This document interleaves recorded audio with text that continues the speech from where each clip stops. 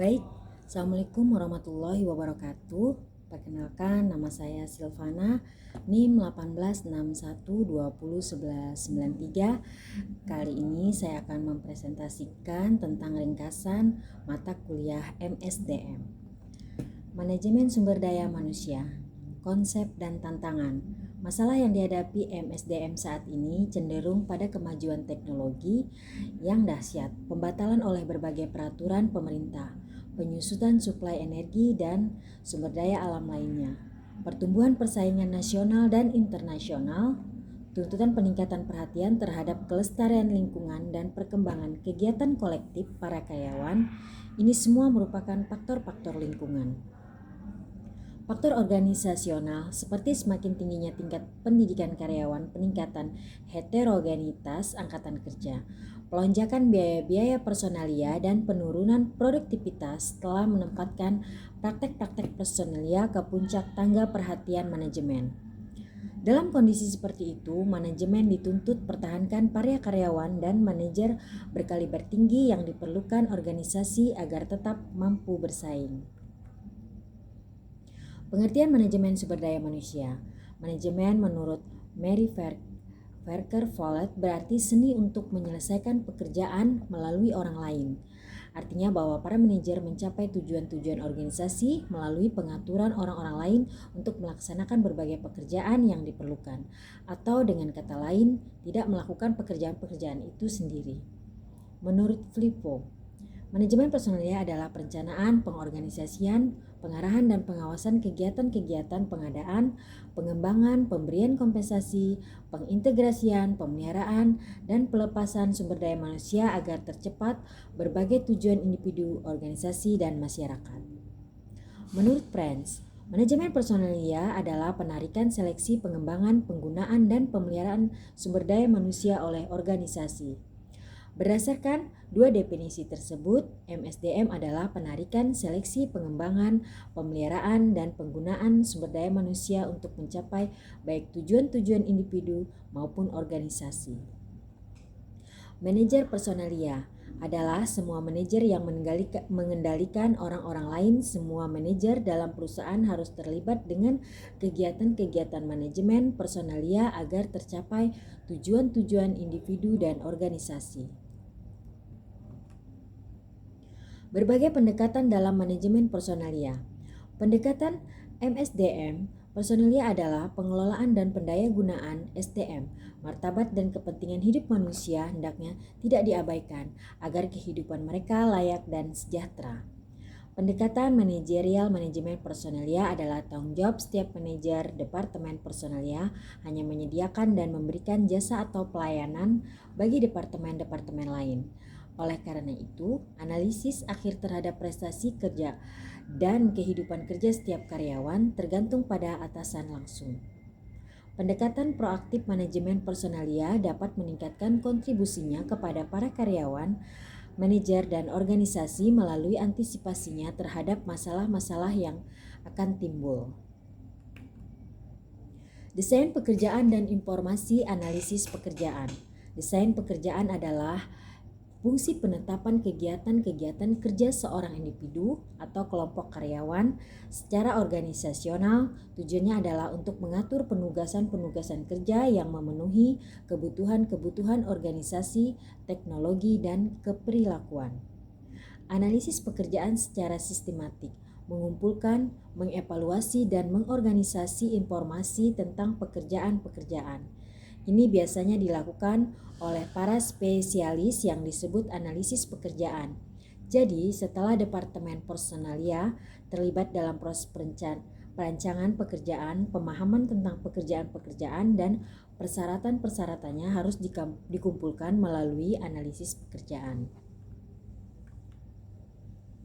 Kegunaan informasi analisis pekerjaan yaitu untuk menetapkan basis rasional bagi struktur kompensasi, mengevaluasi bagaimana tantangan-tantangan lingkungan mempengaruhi pekerjaan individual, merencanakan kebutuhan-kebutuhan sumber daya manusia di waktu yang akan datang dan sebagai basis perencanaannya, memadukan lamaran-lamaran dan lowongan-lowongan pekerjaan, memproses dan menentukan kebutuhan lain bagi karyawan baru dan lama, mengembangkan rencana-rencana pengembangan karyawan potensial, menempatkan para karyawan pada pekerjaan yang sesuai dengan keterampilan mereka secara efektif, membantu revisi struktur organisasi, memperkenalkan para karyawan baru dengan pekerjaan-pekerjaan mereka, memberikan data sebagai fungsi saluran-saluran komunikasi, menetapkan garis promosi dalam semua departemen dan organisasi.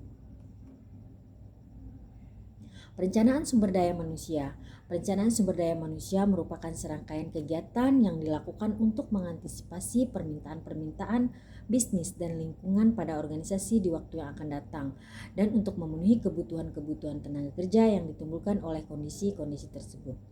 Pandangan tersebut mengandung arti bahwa ada 4 kegiatan yang saling berhubungan yang membentuk sistem perencanaan sumber daya manusia yang terpadu atau integrated, yaitu persediaan sumber daya manusia sekarang, peramalan suplai dan permintaan SDM, rencana-rencana untuk memperbesar individu yang qualified, berbagai prosedur pengawasan dan evaluasi untuk memberikan umpan balik pada sistem.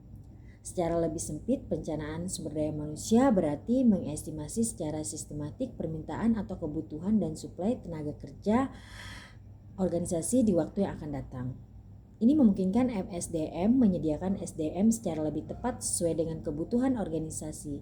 Idealnya, organisasi harus mengidentifikasikan baik kebutuhan-kebutuhan personalia jangka pendek maupun panjang melalui perencanaan. Penarikan sumber daya manusia. Penarikan atau rekrutmen adalah proses pencarian dan pemikatan para calon karyawan atau pelamar yang mampu untuk melamar sebagai karyawan. Proses ini dimulai saat para pelamar dicari dan berakhir bila lamaran-lamaran atau aplikasi mereka diserahkan. Hasilnya ialah sekumpulan pencari kerja dari mana para karyawan baru diseleksi. Spesialis penyelenggaraan kegiatan ini disebut rekrut. Proses penarikan perencanaan SDM dan permintaan-permintaan khusus dari manajer, lowongan pekerjaan yang tersedia, analisis informasi jabatan dan pendapat manajer, persyaratan-persyaratan jabatan, metode-metode penarikan, pelamar-pelamar yang memuaskan. Proses seleksi adalah pusatnya manajemen personalia di mana serangkaian langkah kegiatan yang digunakan untuk memutuskan apakah pelamar diterima atau tidak. Langkah-langkah ini mencakup pemaduan kebutuhan-kebutuhan kerja pelamar dan organisasi. Dalam banyak departemen personalia, penarikan dan seleksi digabungkan dan disebut employment pension. Seleksi adalah kunci sukses manajemen personalia, bahkan sukses organisasi. Latihan dan pengembangan. Latihan atau training dimaksudkan untuk memperbaiki penguasaan berbagai keterampilan identik pelaksanaan kerja tertentu, terinci dan rutin. Latihan menyiapkan para karyawan untuk melakukan pekerjaan-pekerjaan sekarang. Program orientasi serta latihan dan pengembangan dilakukan hampir semua organisasi walaupun memakan waktu dan dana. Biaya tersebut dianggap sebagai investasi dalam sumber daya manusia. Tujuan program latihan dan pengembangan karyawan untuk menutup gap antara kecakapan atau kemampuan karyawan dengan permintaan jabatan. Program-program tersebut diharapkan dapat meningkatkan efisiensi dan efektivitas kerja karyawan dalam mencapai sasaran-sasaran kerja yang telah ditetapkan. Perencanaan karir. Karir adalah semua pekerjaan atau jabatan yang dipunyai atau dipegang selama kehidupan kerja seseorang. Literatur ilmu pengetahuan mengetahui perilaku pada umumnya menggunakan istilah karir dengan 3 pengertian. Karir sebagai suatu urutan promosi atau pemindahan, transfer, lateral kejabatan yang lebih menuntut tanggung jawab atau ke lokasi yang lebih baik dalam atau menyilang hierarki hubungan kerja selama kehidupan kerja seseorang. Karir sebagai penunjuk pekerjaan-pekerjaan yang membentuk suatu pola kemajuan yang sistematik dan jelas. Jalur karir sebagai sejarah pekerjaan seseorang atau serangkaian posisi yang dipegang selama kehidupan kerja. Dalam konteks ini, semua orang dengan sejarah kerja mereka disebut mempunyai karir. Penilaian prestasi kerja. Penilaian prestasi kerja adalah proses melalui di mana organisasi mengevaluasi atau menilai prestasi kerja karyawan. Guna penilaian prestasi kerja adalah perbaikan prestasi kerja, penyesuaian kompensasi, keputusan penempatan, kebutuhan latihan dan pengembangan, perencanaan dan pengembangan karir, penyimpangan proses staffing, ketidakakuratan informasional, kesalahan-kesalahan desain pekerjaan, kesempatan kerja yang adil, tantangan-tantangan eksternal. Pemberian kompensasi. Kompensasi adalah segala sesuatu yang diterima para karyawan sebagai balas jasa untuk kerja karyawan. Kompensasi penting bagi karyawan sebagai individu karena besarnya kompensasi mencerminkan ukuran nilai karya mereka. Tujuan-tujuan administrasi kompensasi: memperoleh personalia yang qualified. Kompensasi perlu ditetapkan cukup tinggi untuk menarik para pelamar karena perusahaan-perusahaan bersaing dalam pasar tenaga kerja. Tingkat mengupah harus sesuai dengan kondisi supply dan permintaan tenaga kerja. Kadang-kadang tingkat gaji yang relatif tinggi diperlukan untuk menarik para pelamar cakap yang sudah bekerja di berbagai perusahaan lain. Menjamin keadilan administrasi, pengupahan, dan penggajian berusaha untuk memenuhi prinsip keadilan atau konsistensi internal dan eksternal sangat penting diperhatikan dalam penentuan tingkat kompensasi. Menghargai perilaku yang diinginkan. Kompensasi hendaknya mendorong perilaku-perilaku yang diinginkan. Prestasi kerja yang baik, pengalaman, kesetiaan, tanggung jawab baru, dan perilaku-perilaku lain dapat dihargai melalui rencana kompensasi yang efektif.